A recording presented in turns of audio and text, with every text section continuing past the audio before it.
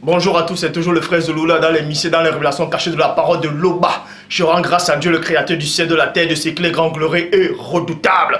Comme je le dis constamment dans mes vidéos, je remercie ce Dieu parce qu'il est grand, parce qu'il est unique, parce qu'il est fidèle et de ce qui ne donne point sa gloire. C'est-à-dire, il n'est égal, personne n'est égal à lui, nul ne peut l'égaler. Parce que non seulement, il est le seul créateur et il vit aussi, comme je l'ai démontré, inexplicablement hors de toute réalité. Donc, par sa permission et par sa grâce, vous savez qu'on vit, vous vivez les temps de confusion, les temps de peur. Plein de gens ont peur dans le monde entier. C'est pour ça qu'il y a tout le monde de religion. Vous voyez, chacun se targue d'avoir possédé la vérité, de connaître le Dieu véritable. Donc, ils disent en fait qu'ils vont servir les dieux et ils iront au paradis. Et d'autres disent que si vous ne servez pas nos dieux, c'est-à-dire d'autres religions disent que si vous ne servez pas les dieux, vous êtes perdus, vous irez dans ce qu'ils appellent enfer. Bon, vous ne savez pas, vous ne devez pas ignorer qu'il est dit dans Proverbe 19:2 que le manque de science n'est bon pour personne, c'est-à-dire le manque de connaissance, le manque de savoir, le manque d'intelligence n'est bon pour personne. Et dans Proverbe 25:2, la gloire de Dieu est de cacher des choses et la gloire des rois est de sonder les choses. Néanmoins, il est dit dans Deutéronome 29:29 que les choses cachées sont au Père, les choses révélées sont à vous, sont aux créatures, sont aux humains. Mais néanmoins, ce Dieu terrible et redoutable dit par son esprit, c'est le monde dit Maloba, que les apôtres authentiques ont reçu dans Jean 20:22. Dans Jérémie 33:3, demande-moi et je te relèverai des choses cachées, des choses que tu ne sais pas. Donc le but de cette vidéo aussi, c'est pour réveiller les consciences, c'est pour appeler ce que le Père a véritablement choisi dans ce temps décisif, dans les derniers temps de la fin. Vous savez qu'il y a tellement d'embryons spirituels, tous ceux qui sont autoproclamés chrétiens, apôtres, bishops, maréchal, prophètes, prophétesses, ou un de l'Éternel, qui viennent enseigner des hérésies, en disant que JC est Dieu, ce Néphilim, qu'ils ont inventé au concile de Nicée. On vous dit qu'il est arrivé il y a 2000 ans. Et cet esprit-là, religieux, qui pousse les gens dans la peur, dans le joug, envoie des gens pour essayer de calomnier la vérité, mais ils ne peuvent pas, ils ne pourront pas. Donc, soi-disant, ces chrétiens de ce siècle-ci, là, ça n'a rien à voir avec ceux dont on fait allusion des croyants qui se trouvaient dans Actes des Apôtres 2. Non! Les chrétiens de ce siècle-ci ne connaissent pas le Père, ne connaissent pas le Dieu véritable, et Dieu ne les connaît pas. Donc, le Dieu véritable ne connaît pas le chrétien de ce siècle-ci. Et le Dieu de soi-disant, de ces chrétiens de ce siècle-ci, ne fait pas le poids avec celui que le Père véritable a réellement envoyé. Et pour cela, on va vous le démontrer, que les chrétiens de ce siècle-ci n'adorent pas Dieu. Ils adorent une idole, une abomination. Ils osent dire qu'ils adorent Dieu. Ouvrez les oreilles. Plein vont penser que c'est un blasphème. Libre à vous de penser ce que vous voulez. Mais la parole dit ceci, dans Jean, chapitre 17, au verset 3. Bible du semeur, en tout cas, c'est le vrai Christ et non JC. Même si on a usurpé, on a donné le nom, ici là on dit JC. Il n'y a aucun document dans l'histoire de l'humanité qui atteste que Christ est arrivé il y a de cela 2000 ans. Ce document n'existe pas. Donc, dans Jean 17:3, en tout cas le vrai Christ, parce que ces chrétiens-là disent qu'ils connaissent le Christ, mais le vrai Christ, dans Jean 17:3, dans la Bible du semeur, dit ceci.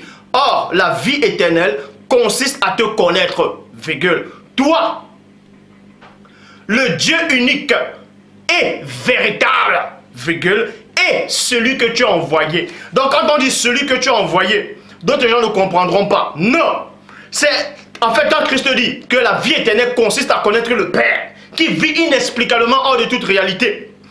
Parce qu'il est ce Dieu unique et redoutable, parce que nul n'est semblable à lui. Et croire aussi à celui que le Père a envoyé. Parce que celui qui croit à celui que le Père a envoyé croit aux paroles du Père. Celui qui ne croit pas à celui que le Père a envoyé ne croit pas en Dieu non plus. Parce que Christ, les paroles il prononce, son esprit est vie. Et ces paroles-là, c'est le Père qui lui a mis ces paroles dans sa bouche, dans Deutéronome 18. C'est pour ça qu'il dit, je répète, dans Jean 17:3, oh, la vie éternelle consiste à te connaître, toi, le Dieu unique et véritable. Donc on vous montre ici qu'il n'y a qu'un seul Dieu unique et véritable. Et celui que tu as envoyé, Bible de Jérusalem, le Dieu véritable. Le seul Dieu véritable. Donc, vous savez, premièrement, plein de ceux qui se disent chrétiens, en tout cas les chrétiens, les faux chrétiens de ce siècle-ci, ils vont tous les dimanches, allez, dire JC, JC va vous sauver. Celui qui n'a pas JC n'a pas la vie. Celui qui n'a pas JC n'a pas la vie. Ils vont adorer JC dans les assemblées. Ils font des églises de maison. Ils vont l'adorer. Ils téléchargent les photos de ce Néphilim là. Quand on dit qu'il est arrivé il y a 2000 ans, ils se mettent en genoux, ils prosternent, ils se prosternent devant cette abomination, cette hérésie. Ils disent que c'est Dieu le Père. Ils disent que Christ, en tout cas, que le faux Christ qui est arrivé, il y a de cela, soi-disant 2000 ans. Ils osent dire que c'est Dieu le Père lui-même qui s'est dépouillé, qui remplit 3 fonctions. Le Père, le Fils et l'Esprit Saint. Le Mundima Loba. Oh, on va vous révéler en fait, si Christ est réellement Dieu, par la bouche de d'autres formes d'existence. Parce qu'il est dit dans Jacques, chapitre 2, au verset 19, dans la traduction Albert Rillet. Tu crois qu'il existe un seul Dieu, virgule. Tu crois qu'il existe un seul Dieu, virgule. Tu fais bien. Donc Jacques ici, qui était le frère du premier-né, selon la chair, et aussi spirituellement, après l'avoir accepté. Bien entendu. Donc Jacques avait aussi l'esprit du Père. Et l'esprit du Père a révélé à Jacques qu'il n'y avait qu'un seul Dieu unique. Et Jacques dit dans Jacques 2, 19, tu crois qu'il existe un seul Dieu, virgule, tu fais bien. Ça veut dire que si tu crois qu'il existe 2 dieux, tu fais mal. Si tu crois qu'il existe la Trinité, qu'il existe 3 dieux, tu fais mal. Tu es dans l'erreur, tu es dans la confusion. Mais il dit, tu crois qu'il existe un seul Dieu, tu fais bien. Les démons le croient aussi. Les démons le croient aussi. Donc Jacques vous donne la révélation. Il dit que même les démons ont connaissance, que même les démons savent que le Père existe. Ils savent, ils font la distinction entre le Père et le Fils. Entre le Créateur et la créature, ils ne confondent pas. C'est pour ça qu'il a pris exemple sur ces entités-là. Donc même les démons savent qu'il n'y a qu'un seul Dieu unique. Ils le savent. Ils sont mieux placés que vous. Parce qu'ils sont esprits. Ils connaissent les choses du plan spirituel. Donc ils sont mieux placés que vous pour savoir s'il n'y a qu'un seul Dieu unique. Si le Fils est le Père, si le Père est le Fils, s'ils sont une seule et même personne, ils le savent mieux que vous. Même les anges du Père le savent. Même les formes d'existence qui vivent dans le monde spirituel savent mieux que vous. Même les animaux le savent. Il n'y a que l'homme, ces chrétiens-là, de ce siècle, qui ont perdu le sens, qui ne savent pas faire la distinction entre le Créateur et la créature. Mais il est dit dans Matthieu, chapitre 8, versets 28 à 29. Matthieu 8, 28 à 29. Lorsqu'il fut à l'autre côté, à l'autre bord, dans le pays de Gagarène, deux démoniaques, dont il y avait des démons qui avaient possédé deux hommes sur cette terre. Et quand ils ont vu le Christ arriver, ils sont sortis de ces sépulcres-là. Ils sont venus au-devant du Christ. Lorsqu'il fut à l'autre bord, dans le pays de Gadarène, 2 démoniaques sortaient des sépulcres, vinrent au-devant de lui. Point. Ils étaient si furieux que personne n'osait passer par là. Dans ces démons-là, ils étaient nombreux. Ils avaient pris possession des corps physiques. Et même les autres humains n'arrivaient pas à passer par là parce qu'ils avaient peur d'eux. Ils ressentaient une puissance démoniaque. Mais quand Christ est venu, Christ a vu ces hommes-là directement spirituellement. Il a vu ces entités. Mais Christ n'avait pas peur d'eux parce qu'il avait le pouvoir sur eux. Et voici, il s'écriait 2 points. Que y a-t-il entre toi, Que y a-t-il entre nous et toi, fils de Dieu? Point d'interrogation. Et non, que y a-t-il entre toi et nous? Dieu. Mais fils de Dieu. Parce que les démons là, que Jacques 2,19 avait confirmé que ces mêmes démons là savent qu'il existe un seul Dieu. Ces démons là ont fait la distinction quand ils ont vu le Fils du Père sur la terre. Ils ont dit tu es le Fils, mais tu n'es pas le Père. Ils ont dit que y a-t-il entre nous et toi, fils de Dieu et non Dieu? Es-tu venu ici pour nous tourmenter avant le temps? Parce qu'ils le savent. Et les démons savent qui est qui. Jacques aussi. Le Saint-Esprit a donné la révélation à Jacques que ces démons-là savaient qu'il n'y a qu'un seul Dieu unique. Mais eux, ils tremblent. Ils craignent Dieu. Montre-moi un seul verset où les démons vont se prosterner devant Satan, où les démons adorent le diable. Ce verset-là dans la Bible n'existe pas. Parce que les démons ne peuvent pas adorer Satan, même si Satan est plus puissant qu'eux. Ils savent que Satan c'est une créature, mais ils savent néanmoins que Dieu est le seul créateur, qu'il n'y a pas d'eux. Et ils tremblent devant Dieu. Donc ils ont confirmé ici là, à Christ, que tu es le Fils. Et Christ n'a pas dit que c'est un mensonge ce que vous êtes en train de dire. Christ n'a pas dit c'est faux ce que vous dites. Et on vous donne encore la confirmation dans Actes des Apôtres, chapitre 16, au verset 16 à 17. Comme nous allions au lieu de prière, une servante qui avait un esprit de python. Donc cet esprit de python, c'est un démon de python, si vous savez. Dans un esprit de divination. Un esprit de python. Et qui en devinait, procurait un grand profit à ses maîtres, vint au-devant de nous et se mit à nous suivre. Donc, il y avait plein de gens, en fait, il y avait un groupe de personnes qui servaient le Dieu véritable. Et Paul de Tarse aussi était parmi eux. Paul et nous, point.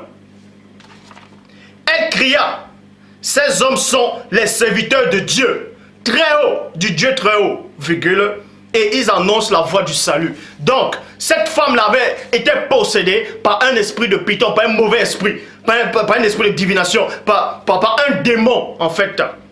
Et ce démon-là, quand il a vu Paul de Tarse, il avait les compagnons de Paul de Tarse, il a compris directement que ces âmes-là, c'était les serviteurs du Dieu vivant. Parce que vous ne pouvez pas tromper un démon. Vous pouvez faire, aller dans vos églises, là, chanter. Ah, Jésus m'a sauvé. Ah, je suis sauvé. Ah, je te chasse Satan. Les démons savent si vous êtes avec Dieu ou pas. Et ils ont su ici.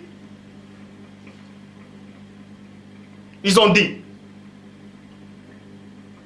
L'esprit de Python, le démon de Python a dit.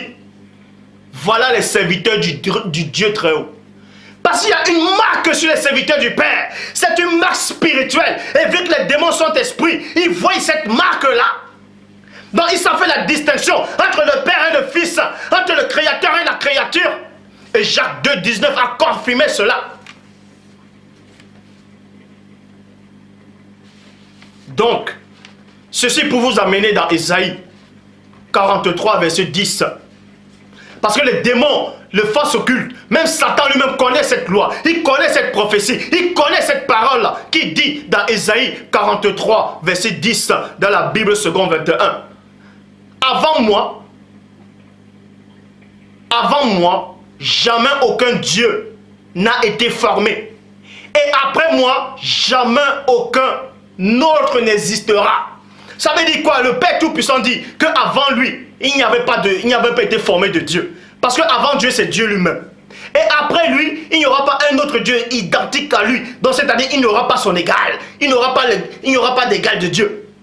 C'est en cela qu'il dit, avant moi, il n'y a jamais été formé de Dieu semblable à lui. Et après lui, il n'y en aura pas. Donc Dieu n'a pas d'égal. C'est ainsi qu'il vous le dit. Les démons le savent. Les anges de chérubins, trône, dignité, domination, autorité et les ophanimes le savent aussi. Même les animaux le savent. Mais vous qui dites chrétien, vous venez faire des vidéos. La Bible dit, Dieu m'a dit, le Saint-Esprit de Dieu m'a dit, Si tu n'as pas JC, le Néphilim aux yeux bleus, qui est arrivé il y a 2000 ans, tu ne seras pas sauvé. Mensonge. Et Satan sait qu'il n'y a qu'un seul Dieu unique. Quand le Père Tout-Puissant dit par Ésaïe le prophète, par l'Esprit, qu'avant lui, il n'y avait pas été formé de Dieu semblable à lui. Et après lui, il n'y aura pas un comme lui, dont nul ne sera son égal. C'est pour ça que Satan avait compris cela. C'est pour ça qu'il voulait être... En fait, Satan fait toujours le contraire de ce que le Père dit. C'est pour ça qu'il a dit à Ésaïe 14, 14, Bible des peuples, je monterai par-dessus les nuages et je serai l'égal. Je serai l'égal. Je serai l'égal du Très-Haut. Parce que Satan sait que Dieu n'a pas d'égal. Donc il veut être l'égal du Très-Haut. Satan n'a pas dit ici là qui serait semblable au Fils, qui serait l'égal du Fils. Mais il veut être l'égal du Père. Parce que c'est qu'il n'y a qu'un seul Père unique qui est supérieur au Fils, qui a donné l'être, le mouvement au Fils. Bible parole de vie. Je serai comme le Dieu Très-Haut. Je serai comme le Dieu Très-Haut. Bible Shuraki. Je serai semblable au Suprême. Point. C'est pour ça qu'il est dit maintenant. Satan voulait être comme Dieu. Vous voyez, il voulait être l'égal du Père. Il veut être semblable au Suprême, à celui qui vit inexplicablement hors de toute réalité. C'est la raison pour laquelle il a demandé à Christ, en tout cas au vrai Christ, de se prosterner et de l'adorer. Parce qu'il voulait être l'égal du Père. Parce qu'il sait que le Fils adore le Père. Donc il voulait aussi que ce même Fils-là vienne l'adorer aussi. C'est pour ça qu'il est dit dans Matthieu chapitre 4 verset 9 à 10. Il lui dit 2 points. Je te donnerai toutes ces choses si tu te prosternes et m'adores. Point.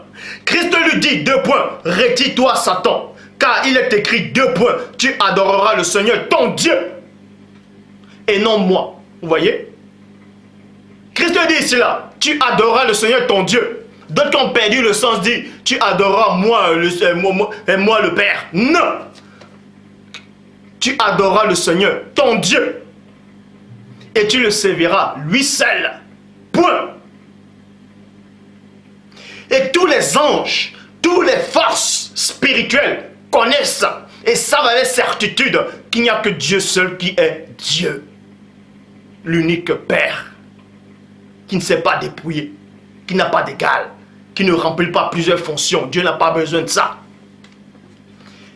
Donc, ce que je venais de dire en fait, c'était l'introduction. Maintenant, on va vous démontrer avec l'Esprit du Père que les chrétiens de ce siècle qui se trouvent partout dans le monde sont tous perdus. Je dis bien, les chrétiens de ce siècle. Remarquez que je ne dis pas tous les chrétiens qui ont vécu, c'est-à-dire selon la Bible dans les temps des apôtres, mais je dis les chrétiens de ce siècle présent sont tous perdus. Et on va vous le démontrer maintenant. Pour ça, on va aller dans Nombre, chapitre 21, verset 8. Nombre 21, verset 8. Ouvrez attentivement vos oreilles, vous qui aimez la vérité. Nombre 21, verset 8 qui dit « Et Dieu dit à Moïse, 2 points, fabrique-toi un serpent brûlant et place-le sur un poteau. Point. Celui qui sera mordu le regardera et sera sauvé. Point. Remarquez ici qu'il n'est pas dit que celui qui sera mordu et regardera et adorera ce serpent sera sauvé. Non. Celui qui sera mordu et regardera ce serpent, c'est-à-dire regarder ce serpent-là, regarder ce n'est pas adorer. Bon, regardez ce serpent-là, sera sauvé, donc concevra la vie. Et on sait que ce serpent-là, c'était une représentation symbolique du premier-né, c'est-à-dire du Christ. C'est pour ça que Christ dit lui-même de sa propre bouche dans Jean 3, 14, dans la Bible du Semeur, dans le désert, Moïse a élevé un serpent, a élevé un poteau. A élevé sur un poteau le serpent de bronze. De la même manière, le Fils de l'homme doit aussi être élevé et non adoré. Bon, Moïse, ce qu'il faisait en fait, selon la Bible, selon la Torah, c'était des gestes prophétiques, c'était l'ombre des choses à venir. Et ce serpent-là représentait le Christ qui devait venir. C'est pour ça qu'il dit à Nicodème, de même que Moïse, le patriarche, a élevé ce serpent-là sur un bois, sur un poteau, sur une perche. Le Fils de l'homme doit être élevé de la même manière. Et Moïse a fait cela. Et plus tard, des années plus tard, les enfants d'Israël ont commencé à adorer des faux dieux. Exactement comme ce siècle-ci, là, il y a plein de religions. Parce qu'il est dit dans Job 33, 14 que Dieu parle cependant tantôt d'une manière, tantôt d'une autre, et vous ne prenez point garde. Et l'on y prend point garde. Vous devez prendre garde ici. Que l'Ancien Testament, c'était l'ombre des choses à venir du Nouveau Testament. Ça veut dire que ce que Moïse a fait, selon ce qu'il est écrit dans la Torah, ces gestes-là, c'était des gestes prophétiques. Donc, plus tard, quand Moïse n'était plus tard, des années plus tard, vous pouvez lire, je vais vous donner les versets, toujours biblique à l'appui. Moïse n'était plus là. Les enfants d'Israël, plus tard, ont commencé à adorer d'autres faux dieux, des divinités, des statues, des abominations, exactement comme cette période-ci-là, où il y a plein de religions. Ils adorent les faux dieux, ils adorent des dieux barbares qui aiment le sang, des dieux soulards, des dieux fornicateurs, bref. Et ces chrétiens-là maintenant, ces enfants d'Israël à l'époque, ceux qui se disent chrétiens maintenant, veulent se considérer comme les enfants d'Israël. Et on sait que ces enfants d'Israël, ce qu'ils ont fait dans l'Ancien Testament, c'était quoi? Dans 2 Rois, chapitre 18 au verset 4, c'est-à-dire Ézéchias, c'était un roi qui a marché selon le Père. Vous pouvez vérifier. Donc cet homme-là, ce roi-là, fit disparaître les hauts lieux, brisa les stèles des idoles, coupait les pieds sacrés de la déesse Asherah. Point. Vous voyez, dans ce roi-là, quand il était roi, il a manifesté son zèle au Dieu suprême. Donc il a détruit les statuettes, il a renversé ces fausses religions. Et les enfants d'Israël, à cette époque, comme soi-disant ces chrétiens-là de cette époque, ils font les mêmes erreurs que les enfants d'Israël ont fait à l'époque. Voilà ce qu'ils ont fait. Donc vous dit ici, là, dans 2 Rois, chapitre 18, verset 4, c'est-à-dire Ézéchias, roi, fit disparaître les hauts lieux, brisa les stèles des idoles, coupa le pied sacré de la déesse Asherah. Point. Il fit aussi mettre en pièces le serpent de bronze. Il fit aussi mettre en pièces le serpent de bronze que Moïse avait fabriqué. Parce que pourquoi? Donc, ces enfants d'Israël ont commencé à adorer ce serpent d'airain, ce serpent de bronze, ce serpent brûlant que Moïse avait élevé au désert. Donc ce serpent-là représentait Christ. Donc c'était l'ombre des choses à venir. Qu'il ne faut pas adorer le Christ. Qu'il ne faut pas rendre un culte à Christ. Sinon le roi là, qui marchait selon Dieu, n'allait pas détruire ces statuettes-là. N'allait pas détruire le serpent d'airain. Pourquoi? Pourquoi il a détruit ce serpent d'airain, on vous donne la raison pour laquelle il a détruit cela. On vous dit d'abord, il fit aussi mettre en pièces le serpent de bronze que Moïse avait fabriqué. Car jusqu'à cette époque-là, les Israélites faisaient brûler des parfums pour lui et l'appelaient Neshushta, c'est-à-dire le serpent d'idole en cuivre. Donc les enfants d'Israël ont adoré ce serpent d'airain. De même que ceux qui se disent chrétiens adorent le Christ, hein, vous voyez, et le roi est venu, il a détruit cela. De même que le Père m'envoie actuellement dans ce temps de la fin, dans votre époque. Donc je viens dans ce passé-ci là. Je viens dans le passé. Pour vous montrer que ce serpent d'airain là, c'était une représentation symbolique de Christ. Et que le roi qui marchait selon Dieu a détruit cela parce qu'ils adoraient ça. Alors que ce roi-là savait que l'adoration ne revenait qu'au Père seul.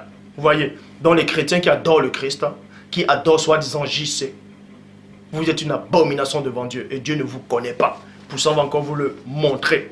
Donc, Romains chapitre 1, verset 18, Bible du semeur. Du haut du ciel, Dieu manifeste sa colère contre les hommes qui ne l'honorent pas et qui ne respectent pas sa volonté. Point. Ils étouffent ainsi honnêtement la vérité. Verset 19. En effet, ce qu'on peut connaître de Dieu est clair pour eux, virgule. Dieu lui-même l'ayant fait connaître. Verset 21, traduction Pérode et Clamer. Connaissant Dieu, ils ne l'ont point rendu ni gloire, ni les actions de grâce qu'on lui doit. Vous voyez. Ils se sont au contraire abandonnés à leurs folles pensées et leur cœur sans intelligence a été plongé dans les ténèbres. Verset 22, Bible parole de vie. Ils disent qu'ils ont la sagesse, mais ils sont devenus fous. Les chrétiens de ce siècle disent qu'ils ont la sagesse, mais ils sont devenus fous. Ils disent qu'ils ont le Saint-Esprit, mais ils sont devenus fous. Ils disent qu'ils sont sauvés, mais ils sont devenus fous. Verset 23, Bible de l'épée. Et ils ont changé la gloire du Dieu incorruptible en des images religieuses qui représentent l'homme corruptible. La photo parle d'elle-même. Je répète, pour tous ces chrétiens-là qui n'ont plus de chromosomes dans la tête, pour tous ces chrétiens-là qui se disent chrétiens en tout cas, pour tous ceux qui se donnent le nom de chrétiens dans ce siècle, qui ont perdu le sens, la parole vous dit dans Romains 1, 23, Bible de l'épée. Et ils ont changé la gloire du Dieu incorruptible en des images religieuses. Ça, c'est une image religieuse qui représente l'homme corruptible. On a représenté cet homme-ci là, corruptible, sur le bois, en train de crier, en train de souffrir. Dieu ne souffre pas, Dieu ne crie pas, Dieu ne sent pas la douleur. Même s'il dit à Moïse, va en Égypte, je connais cette douleur, Dieu ne ressent pas la douleur parce qu'il n'est pas, Dieu n'est pas corruptible, il est incorruptible. Donc on a représenté cette abomination-ci. Et des oiseaux, on représente le Saint-Esprit en forme d'oiseau, vous voyez. Et des quadrupèdes et des reptiles. Verset 24, traduction Pérode et Clamer. C'est pourquoi Dieu les a livrés à ce qu'ils désirent au fond du cœur. Virgule. À l'impureté pour le déshonneur de leur propre corps. Donc Dieu vous a tous livrés. Vos intelligences, soi-disant, ont été plongées dans les ténèbres. Et je dis encore, je répète et je pèse mes mots. Aucun chrétien de ce siècle qui adore le Christ, qui dit que Christ est Dieu, qui accepte ce néphilim qui est arrivé soi-disant il y a 2000 ans, ne sera sauvé. Je vous dis encore, d'où je viens, le temps n'existe pas. Et je viens dans votre époque. Votre époque, c'est le passé. Donc, je sais ce qu'il y a à savoir. Que cette phrase, si vous dérange ou pas, je sais qui je suis. Je sais d'où je viens et où je vais repartir. Je vais m'asseoir auprès du Père lui-même.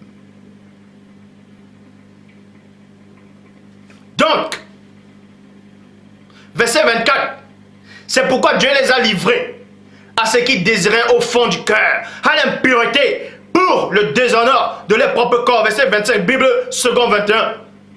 Eux qui ont remplacé la vérité de Dieu par le mensonge, et eux ont adoré et servi la créature. Ils ont servi la créature au lieu du Créateur qui est béni éternellement.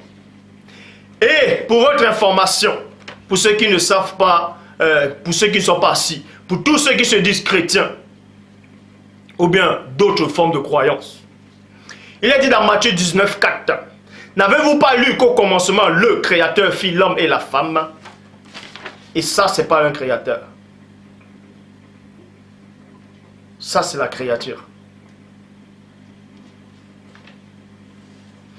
2 Thessaloniciens, chapitre 2, verset 11. Aussi Dieu laisse aller vers eux un esprit efficace d'égarement pour qu'ils croient au mensonge. Verset 2, Bible de l'épée. Afin que tous ceux qui n'ont pas cru à la vérité,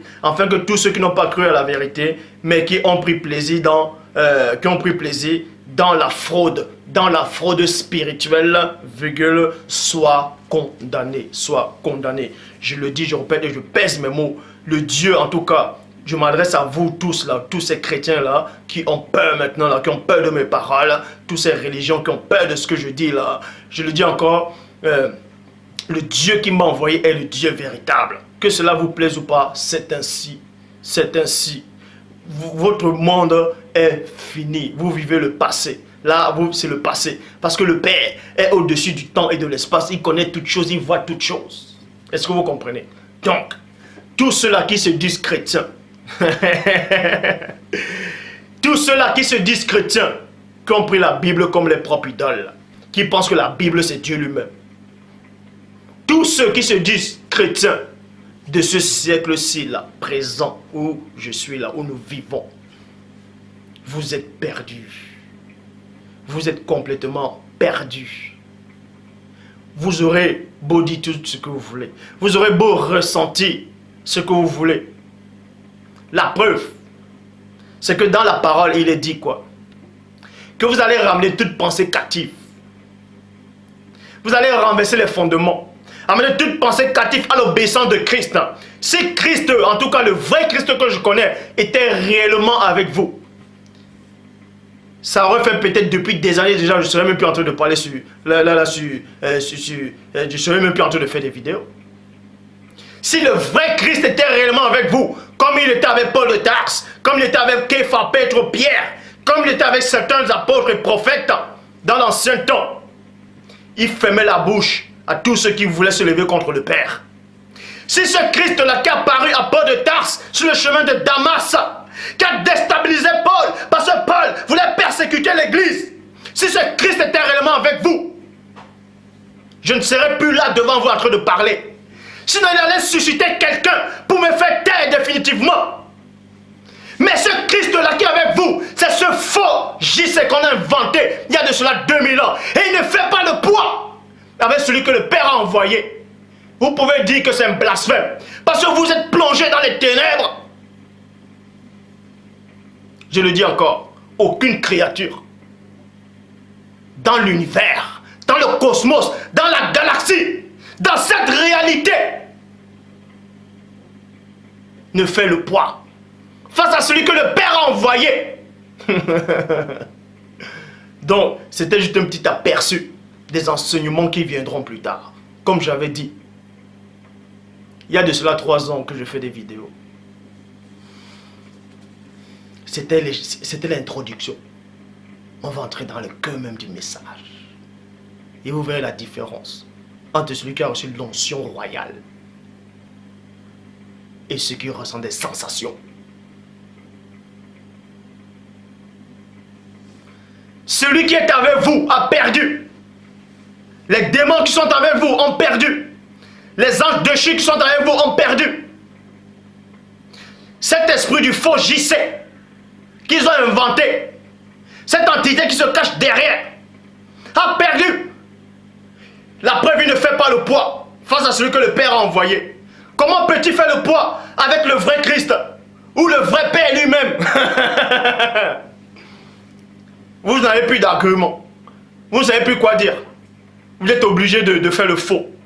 De copier, coller mes vidéos. Copie, coller. Ça, c'est du mensonge. Vous coupez une phrase qui n'a rien à voir avec la phrase qui vient ensuite. Vous vous dites que voilà, ça c'est les faibles qui agissent ainsi. Quand le diable a perdu, c'est comme ça qu'il agit. Exactement quand on a mené le vrai Christ dans le Sanhedrium. Il y a eu un homme qui est venu pour l'accuser, il a dit, j'ai entendu dire qu'il a dit de détruire ce temple-là. Et qu'en 3 jours, il va le rebâtir. Alors que Christ n'avait jamais dit ça. Christ, le vrai Christ avait dit, détruisez ce temple-là. Il parlait de son corps, son temple à lui. Il n'a pas dit le temple que seulement avait bâti. Donc, on a copié ces phrases, on a coupé, en cours de route, on les allait copier devant les sacrificateurs qu'il a dit de détruire le temple de Salomon. Parce qu'ils ne font pas le poids face à celui que le Père a mandaté. Donc à tous ceux-là, dans le monde entier, qui savent, qui reconnaissent que le Père m'a véritablement envoyé, n'ayez pas peur. N'ayez pas peur de la mort. N'ayez pas peur de ce JC aux yeux bleus qu'on a inventé. N'ayez pas peur, ce n'est pas le vrai Christ.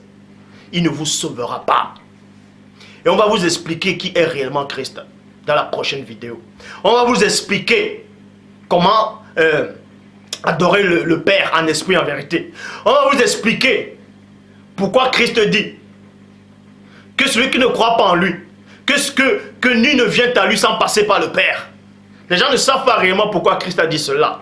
On va vous expliquer qui est réellement Christ. On va vous expliquer comment le vrai Christ doit habiter en vous, en esprit. Comment marcher avec le vrai Christ. Comment être sauvé. On va vous expliquer. Et on va enlever cet esprit religieux là, qui vient vous tourmenter.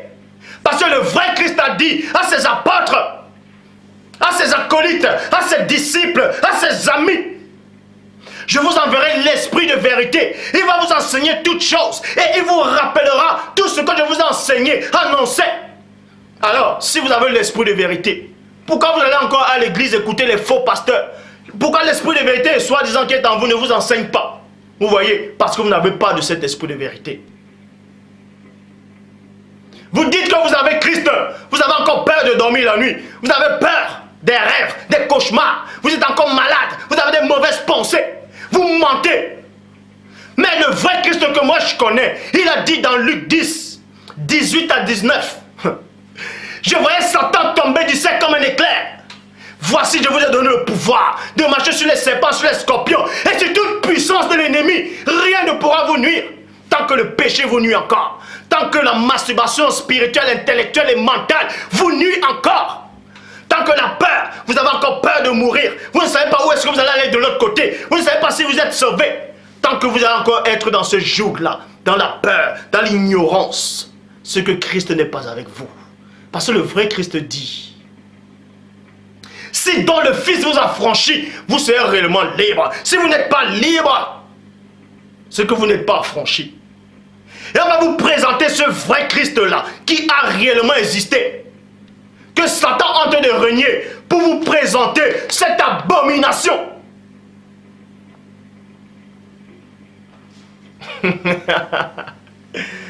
Père, je te rends grâce de ce que tu es grand, tu es tout puissant. Et tu vis inexplicablement hors de toute réalité. Je te remercie, Père, d'avoir permis que je sois conscient de toi. Et de ce que tu as permis que je vienne dans cette réalité, dans ce passé-ci là.